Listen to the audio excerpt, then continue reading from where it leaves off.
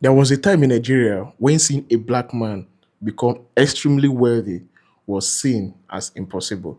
The colonial economy was controlled by Europeans, major businesses were dominated by foreigners, and Africans were expected to remain at the bottom. But one Igbo man refused to accept those limits. Quietly, patiently, strategically, he built empire so powerful that even the British colonial authorities had no choice but to respect his name. His name was Louis Odumegwu Ojukwu.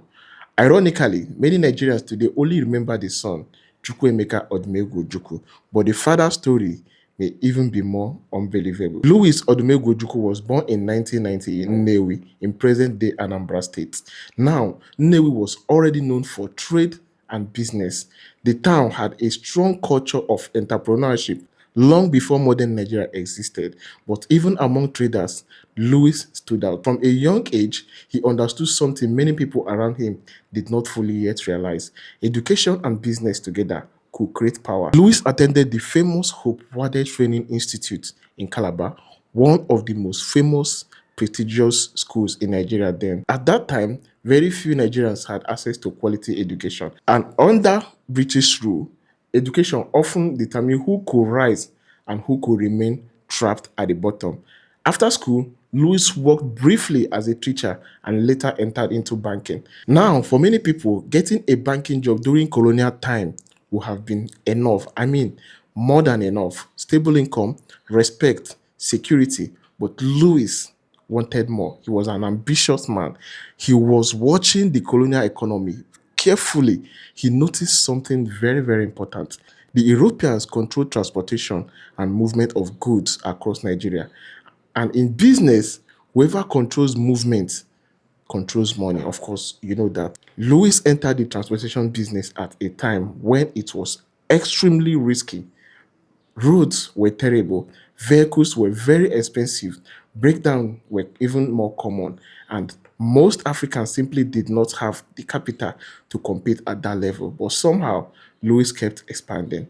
One truck became several trucks. Several trucks became a transportation network. And before long, his company became one of the biggest transport operations in Nigeria.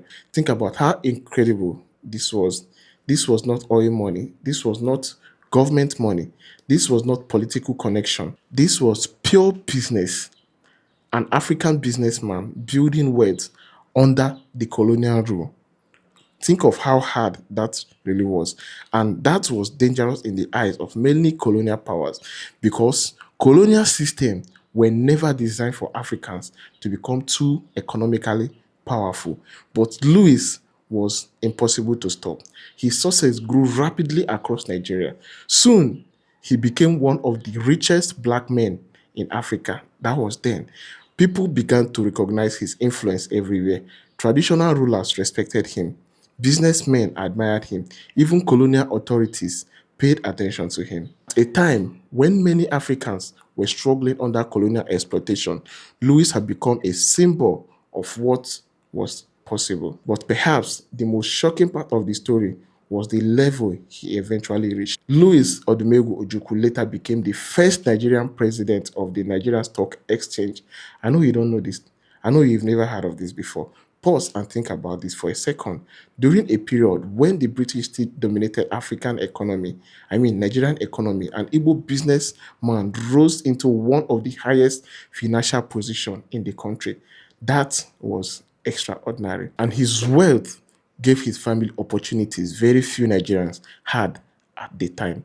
His son, Chukwuemeka Odumegwu Ojukwu, grew up surrounded by influence, education, and privilege. Louis sent him abroad to study.